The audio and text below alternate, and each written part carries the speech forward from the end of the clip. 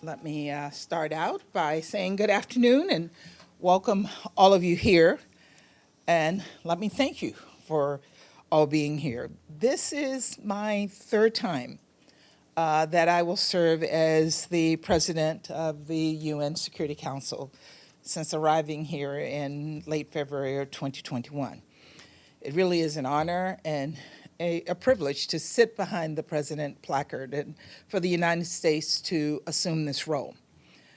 In my capacity as president of the Security Council, I will outline our planned program of work in August. I'll start with our first priority, and that's addressing conflict-induced famine and food insecurity. And as many of you know, this has been the focus of my past two presidencies of the Security Council. And I will bring this to the top of the Council's agenda once again.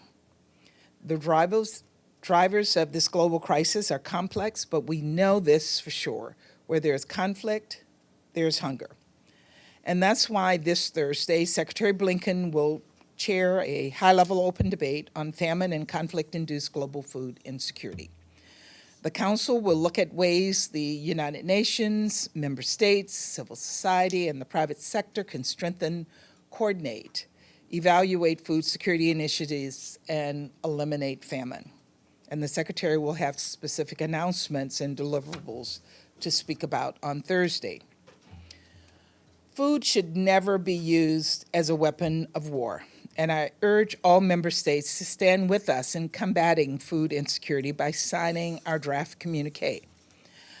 Our second area of focus is the protection of human rights and fundamental freedoms around the world. As we approach the 75th anniversary of the Universal Declaration of Human Rights, we will integrate human rights into this month's Council agenda. And we will bring in voices from civil society to brief the Council. In addition to these two priorities, we will continue to highlight the devastating consequences of Russia's unprovoked full-scale invasion of Ukraine. We will have a meeting on August 24th to discuss the protection of civilians in Ukraine, including children. And we will not hesitate to call additional meetings on Russia's war of aggression and other issues of concern to international peace and security as needed throughout the month. I also want to emphasize 3 meetings we will have on Syria, on chemical weapons on the 8th, the political situation on the 23rd, and humanitarian situation on the 29th. Of course, throughout the month, we will hold other critical, regularly scheduled council meetings, which are outlined in our planned program of work. I would now like to make a few comments in my national capacity. Our first priority, addressing famine and food insecurity, is deeply personal to me. I've seen firsthand what happens to people who have hunger thrust upon them. People who, but for the accident of time and place, are no different from any of us here today. Addressing famine and food insecurity has motivated my work throughout my career, and taking on this global crisis has been a top priority of the Biden administration from day one. We know food security is national security, and we know without a shadow of a doubt it is within our power to feed the world and end famine. But to do so, we must root out conflict-induced food insecurity. Around the world, hostilities breed hunger. Fighting breeds famine. And we see this in places like Yemen and Sudan and Syria and elsewhere. And of course, in Ukraine, where President Putin's forces have weaponized food. Russia has launched a full-scale assault on the world's breadbasket. And it is dead set on depriving the world of Ukraine's grains. That's why Moscow unilaterally withdrew from the Black Sea Grain Initiative, and it's why it mercilessly attacked the Odessa region and other ports in Ukraine. Conflict-induced hunger is a pressing matter of international peace and security, and the Council must take action. As I mentioned earlier, this month, we will also focus on the Council's attention on grave human rights violations. As President Biden has said, human rights are at the center of United States foreign policy. And with that in mind, we will elevate human rights at every opportunity throughout our presidency by including civil society briefers in the Council's meetings. The world has made world progress since former First Lady Eleanor Roosevelt spearheaded the adoption of the Universal Declaration of Human Rights. But our work is far from finished. We must continue to give voices to the voiceless. We must continue to tell the stories of those who are not free, and that will be done in the Council during our month. It will be a busy month ahead, and our presidency will lead into the United Nations' second busiest month for us this year in September, when world leaders will descend on New York for High Level Week and the SDG Summit. This will be a critical moment for the world. It will be an opportunity to take action on food security, human rights on the 2030 agenda. And the United States is committed to advancing all 17 Sustainable Development Goals. There is no doubt the challenges before us will be great. But if we come together, we can take on the issues of our time, we can end famine and defend human rights, we can make meaningful progress on the 2030 agenda, and we can build a more just, prosperous, and peaceful future for all. Thank you, and I look forward to your questions. All right, we will kick it off with Edie here. Thanks, Edie. Thank you very much, Madam Ambassador, on behalf of the United Nations Correspondents Association for doing this briefing. You're always welcome in this room.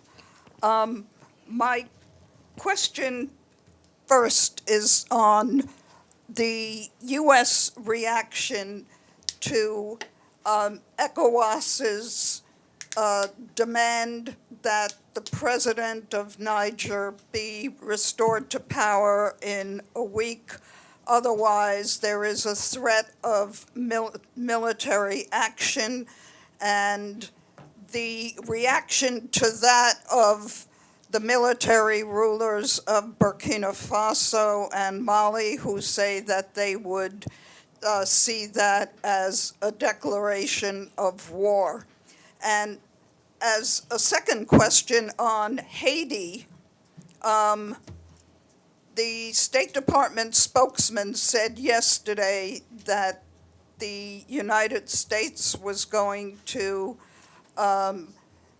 introduce a resolution to authorize a Kenya-led multinational police operation to help combat gang violence. Can you confirm when this is going to happen, how fast? Thank you.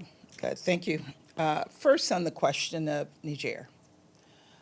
We support the efforts of ECOWAS to find a path forward that will lead to the president, the democratically elected president of Niger, to return to his place presiding over this country. We ourselves have called on the military to stand down and allow President Bazoum to assume his office. We have indicated our strong support for ECOWAS, and the Security Council issued a statement to that effect as well. Both the governments of Burkina Faso and Mali, as well as Guinea, are countries that are currently under the control of military governments, that were not democratically elected. They have situations inside their countries that are particularly dire from the security standpoint. And we don't want to see that situation continue in the country of Mali, the strongest democracy in that region in the Sahel. So we will continue to support ECOWAS, to support the African Union, and to support regional leaders in their efforts to find a way forward that leads back to the democratically elected government being reestablished. On Haiti, The U.S. is the pen holder on Haiti resolutions, and we welcome Kenya's decision to lead the multinational force. We will be working on a resolution to support that effort. The government of Haiti asked for this support. They asked the Security Council to provide support, and we will be working with other members of the Security Council on a resolution that will give the Kenyans what they require to establish their presence in Haiti. All right, we'll go to Michelle next. Thanks, Ambassador. Michelle Nichols from Reuters. I just wanted to ask you about food security. Well, first of all, sorry, on Niger, you spoke with the president last week. If you could tell us a little bit about that and how that came about and what he was like, how he sounded. And then on food security, you mentioned how Russia has withdrawn from the Black Sea grain deal. There was also UN efforts underway to help Russia facilitate its own exports of grain and fertilizer, which the US had helped with some general licenses. JP Morgan was facilitating some payments for the Russian Agricultural Bank. Now that Russia has quit the deal, is that cooperation stopping? Has the government sort of said to JP Morgan, don't do this anymore? Or is the government still assisting? Is the US government still helping the UN help Russia get its grain and fertilizer out to the world? Good. On Niger, I did reach out to the president of Niger, who I've met on several occasions.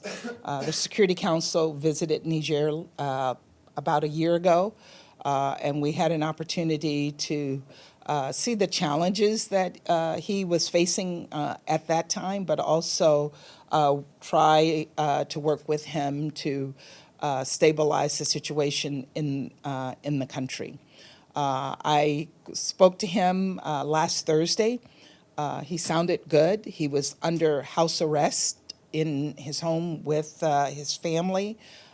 He did not sound distressed, but I know that the situation he is in is currently quite stressful. Several others have spoken to him as well. I know the Secretary General spoke to him. Secretary Blinken spoke to him.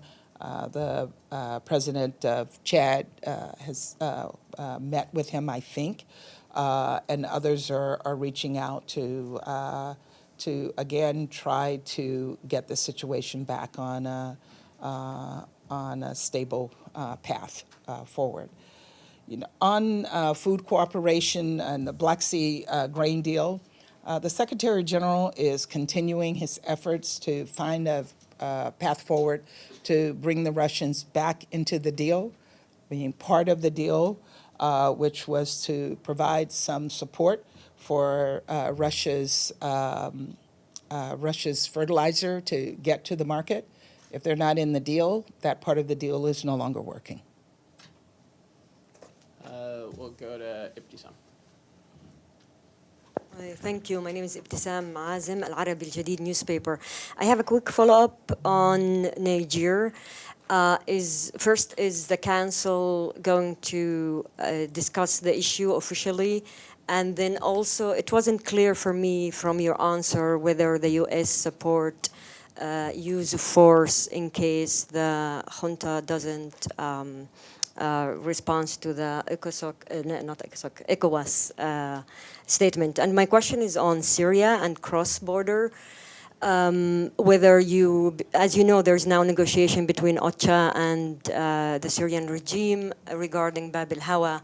And the question is two parts. First, whether you think this issue should come again in front of the Security Council.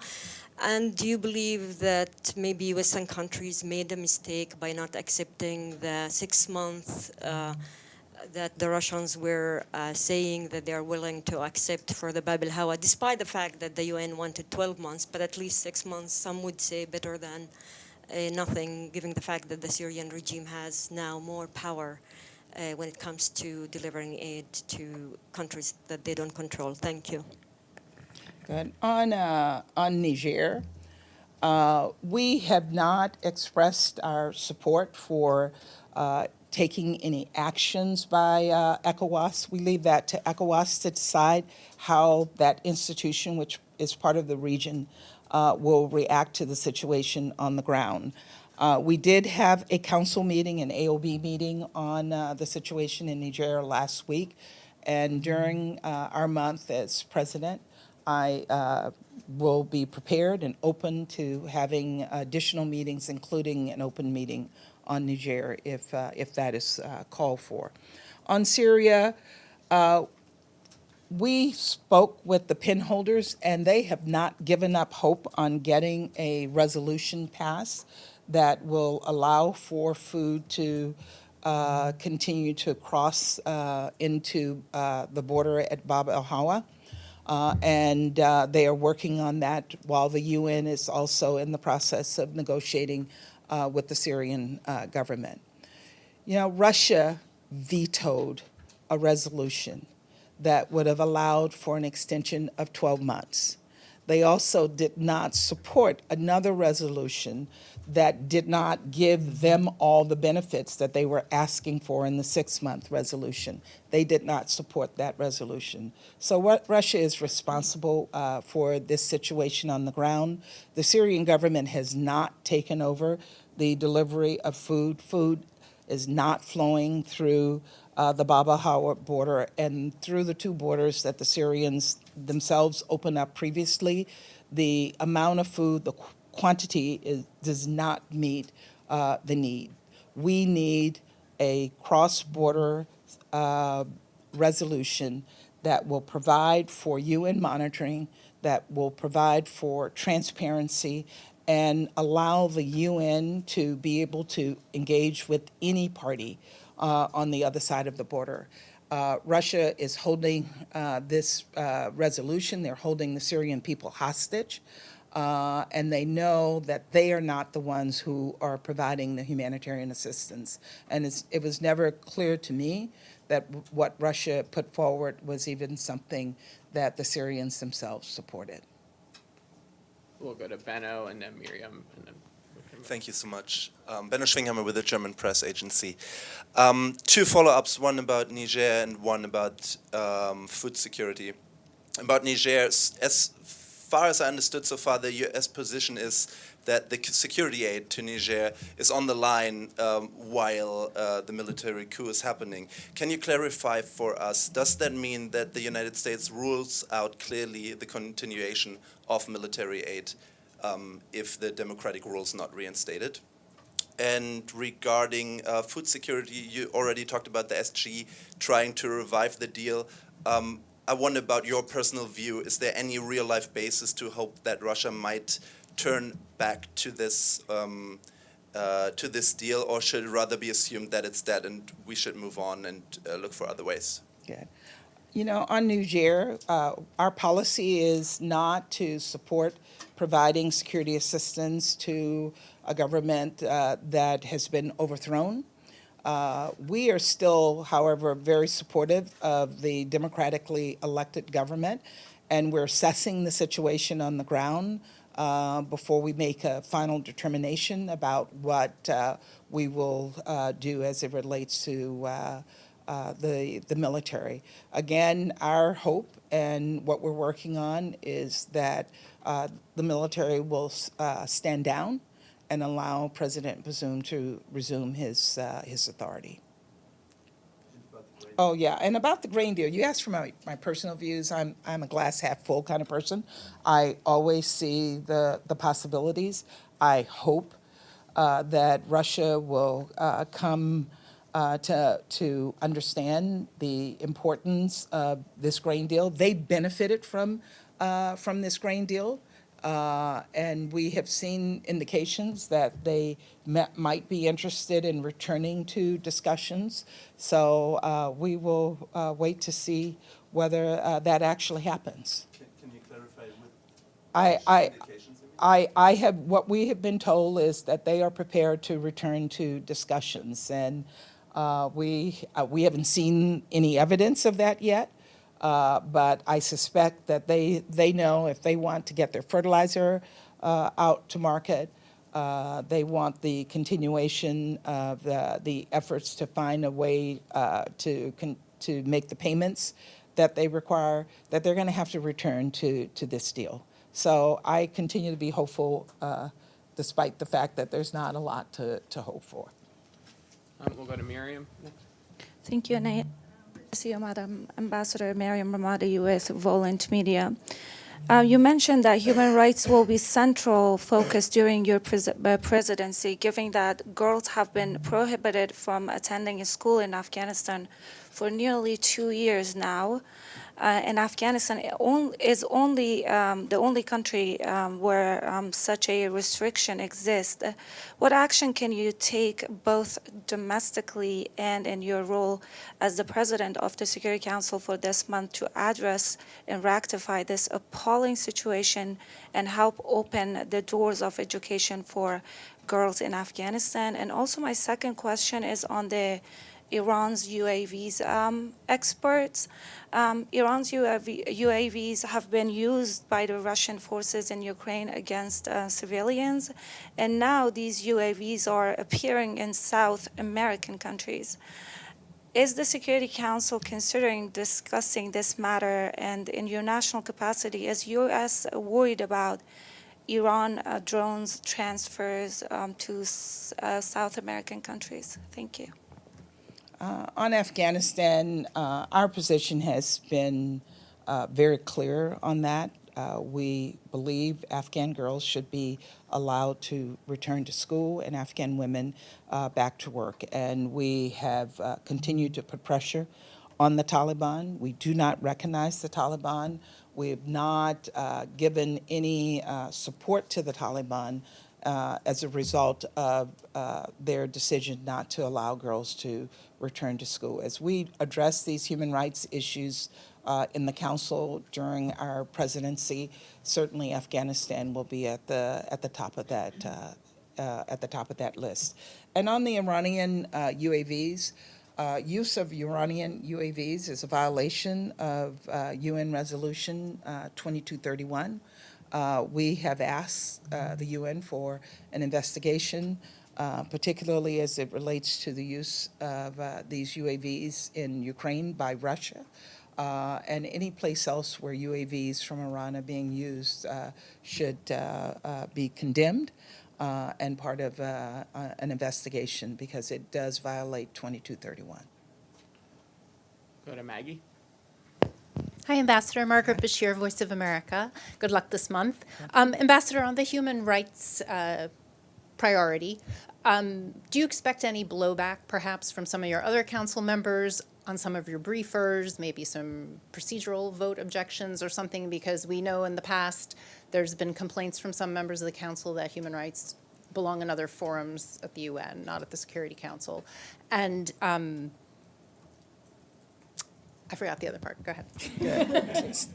Look, human rights belong in the Security Council because human rights are about peace and security. And where places where human rights are being violated, we see situations of peace and security being destabilized. So we strongly support human rights being on the Council's agenda and disagree with our colleagues who suggest otherwise.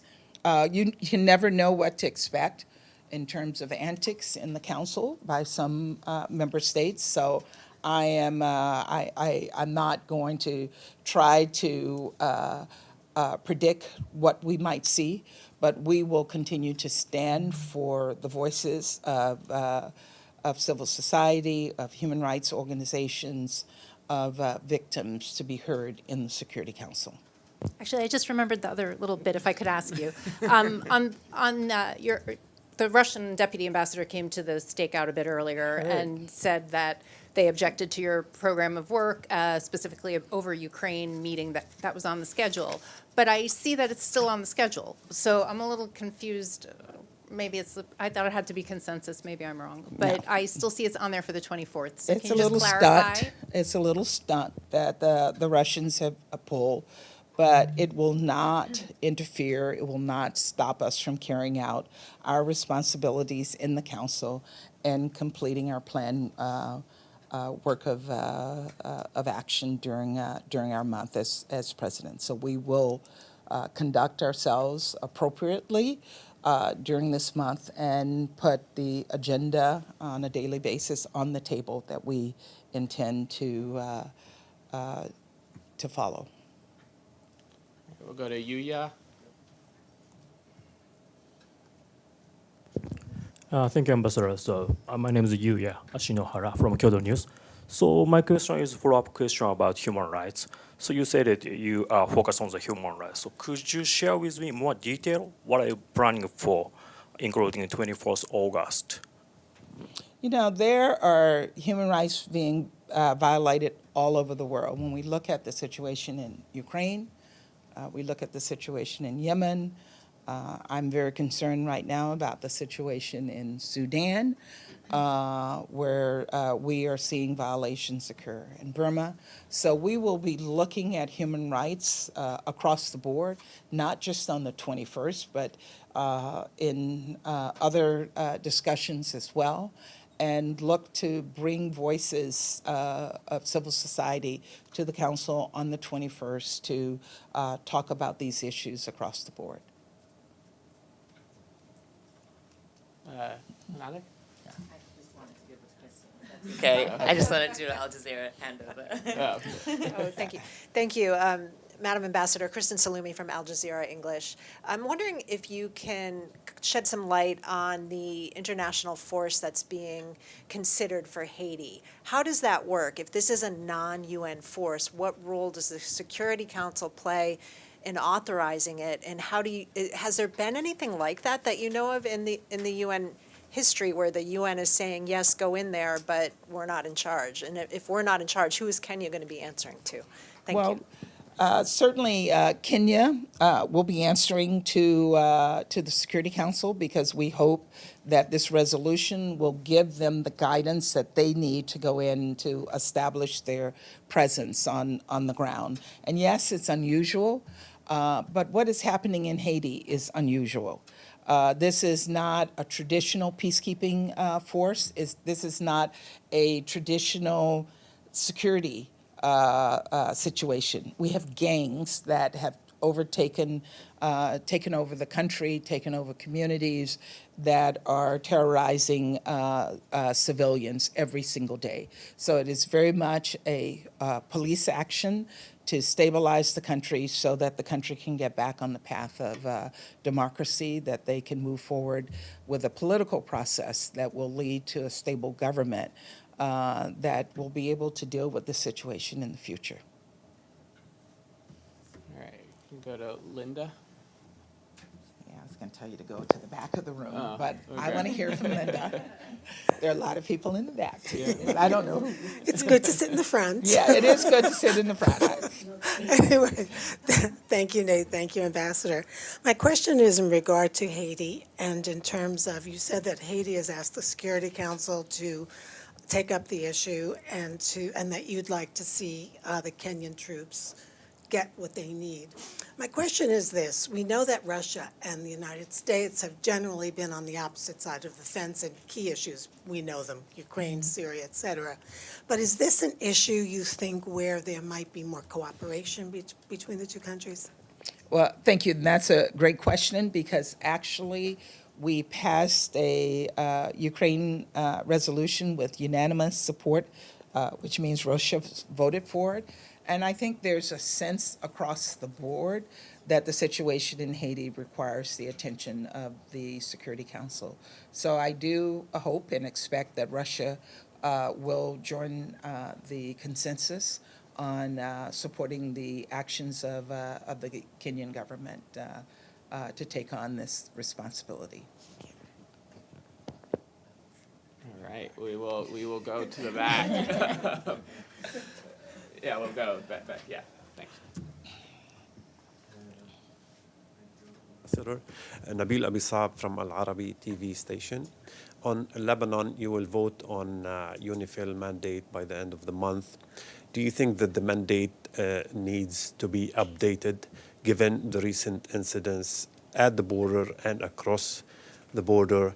Also, the U.S. broke the deal between Lebanon and Israel on the maritime borders. Do you think that you will also put the same effort to demark the borders between Lebanon and Israel? We are working on the resolution right now in the council, and we'll vote on the resolution. I can't advance exactly what will be included in the resolution, but we hope that it is a resolution that gets consensus across the council. The U.S. will be actively engaged on this, and we are hopeful that the situation along the Israeli-Lebanon border does improve. All right, we can go all the way to Shiho, very back. Thank you from the back. Shiho Matsuoka from Japan's Nippon Television. My question is on North Korea. In the program of work, I don't see any meeting planned for the DPRK other than 1780 committee on the 30th. And they have been launching missiles over and over again, and the council hasn't been able to speak in one voice. So I'm wondering if there's any update or even ongoing negotiation that you wanted to push for presidential statement or even press element. Thank you. You know, every single time there is a test, we have worked in the council with like-minded members to push the council to produce a product to condemn the actions of the DPRK. And we will continue to do that. We will continue to try to push our Chinese and Russian colleagues to join consensus on condemning these actions. Doing something as simple as a press statement should be easy, given in the past that we were unified in our condemnation of DPRK's actions. So yes, if there is another test, we will certainly push, but we have not given up on our previous actions either. All right, I think we have time for one or two more, depending on how quick they are. So we can go third row. Yeah, thanks. This is Lablu Ansar from Bangladesh Pratidin. Thank you, Ambassador, for your briefing today. We congratulate the U.S. delegation for assuming the presidency of the Security Council for this month. We came to know from your briefing that an open debate is going to be held at the Security Council very soon on conflict and food insecurity. I think this is very timely debate, and food insecurity caused by conflict is on the rise. The situation is worse for countries facing negative impacts of climate change and also humanitarian emergency such as Bangladesh. Excellency, you are aware that Bangladesh is hosting more than 1.2 million Rohingya who fled persecution and violence in Burma. The situation in Burma has not improved, and not a single Rohingya has been able to return. They live in cramped shelters in Bangladesh with the support of international partners and the UN. Bangladesh is providing basic humanitarian assistance to the Rohingyas. The people of Bangladesh are grateful to United States for its contribution in this regard. However, due to ongoing conflicts and multiple humanitarian emergencies, funding for Rohingya humanitarian response plan has been severely reduced. The UN and the other humanitarian partners are facing funding shortfalls to support the Rohingya refugees in Bangladesh. Already World Food Programme and twice implement rations cut in the camp, first from $12 per person. It is relevant to understand everything. First from $12 per person per month. Let me just start to $10. respond. This is to already that. making their life more difficult. Hey, Given the above, how do you plan to raise awareness on the plight of the Rohingya, including by helping them return to Burma? Thank you. Look, let me just say this is a situation we are very aware of. We have worked closely with the UN on addressing these issues related to the Rohingya. In fact, one of the planned trips that I have on my agenda is to go to visit that area so that I can highlight the plight of the Rohingya in Bangladesh. I also just want to commend and thank and appreciate Bangladesh for hosting the close to 1 million refugees that they've been hosting over many, many years. We will work with Bangladesh. We will work with the UN and NGOs to ensure that we are responsive to the needs there. And while we are the largest donor, we can't do it all. So we also work to encourage other donors to participate. Thank you for your question. We have time for one last one, and we will go on the screen to Iftikhar Ali, and we'll close it out there.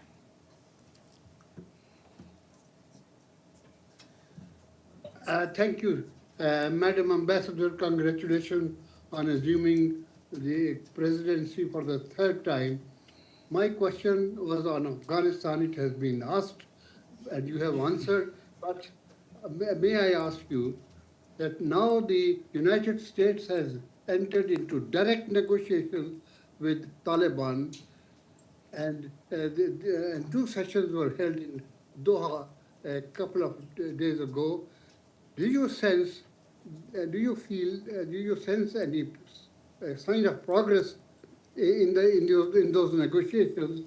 Although the State Department press release doesn't mention any sign of progress except the raising of the key questions about the matter. Progress clearly is yet to be seen in Afghanistan, but that's why we have engaged with the Taliban so that we can push the Taliban on these issues related to human rights. They have cracked down on the press. They have restricted girls from school, restricted women from working. All of these issues were raised with the Taliban. We noted that they had made a decision on restricting the growth of poppy, and that was, again, noted, but there's still a lot of work to be done, a lot of pressure to be put on the Taliban so that the Taliban can honor its international commitment. It can respect the human rights of women and girls and of ordinary citizens. I have also, during the course of my time here at the UN, visited Afghan refugees who have been resettled in the United States, many of them who came from Afghanistan recently. I met a family in LA about 2 weeks ago. And I have to say I was pleasantly surprised and pleased that this family has been able to resettle and find a path forward. Of course, they still have family members that they worry about inside of Afghanistan, and for that reason, we will continue to do everything we can to find a path that will allow for Afghans, civilians, to be able to live in security inside of Afghanistan. All right, that's all we have time for, 45 minutes on the dot, but thanks everyone, and look forward to seeing you around this month.